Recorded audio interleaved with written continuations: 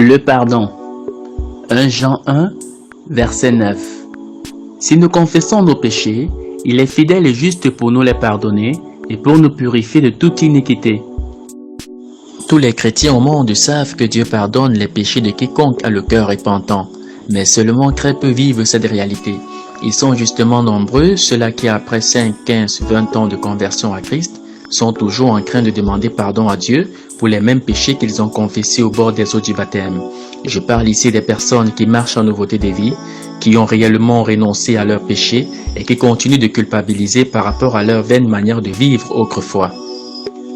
S'il y a une chose que l'ennemi de nos âmes aime bien faire, c'est de nous amener à culpabiliser à la moindre faute commise, car il sait que la culpabilité est un poison dans l'esprit de l'homme, capable de le détruire. Combien de personnes se donnent la mort tous les jours parce qu'ils se sentent coupables d'un acte? Combien sont-ils qui ont perdu la joie de vivre à cause d'une conscience d'avoir mal agi? Combien n'arrivent plus à se regarder dans une glace parce qu'ils pleurent nuit et jour sur leur passé? La liste est très loin d'être exhaustive. J'ai envie de dire à quelqu'un en ce jour, arrête de te faire du mal. Arrête de croire à ce mauvais évangile que l'ennemi vient te prêcher te disant que Dieu ne t'a pas pardonné ou que tes péchés sont bien trop lourds pour que tu obtiennes la miséricorde divine. Vous devez savoir que Dieu est disposé à vous pardonner toutes vos fautes. Le sang de Jésus parle plus fort que votre péché. C'est pourquoi non seulement il vous pardonne, mais il efface également vos péchés.